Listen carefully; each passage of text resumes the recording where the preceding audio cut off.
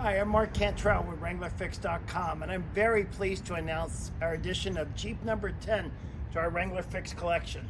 We now have the ability to test from 1991 through 2019 in one of our vehicles. So it's important to know who's on the other end of the phone and exactly what we do over here.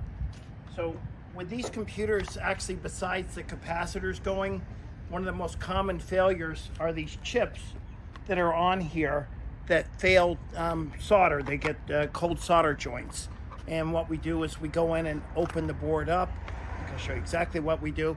But we go in, rip the board open, repair the cold solder joints, and like I said, have the ability to test them.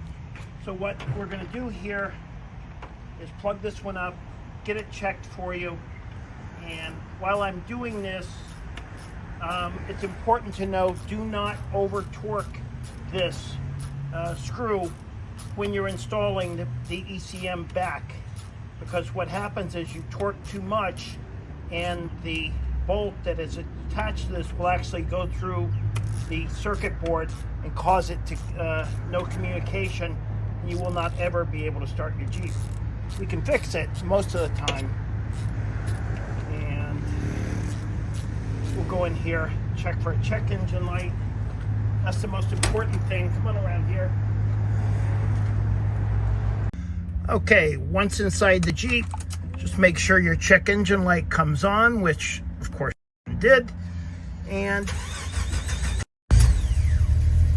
there you go, up and running. Everything is charging as it should.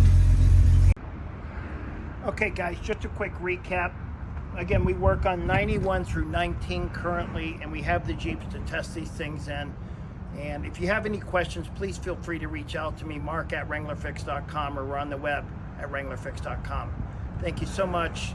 We appreciate your business. Anything you need, we're always a click or a call away.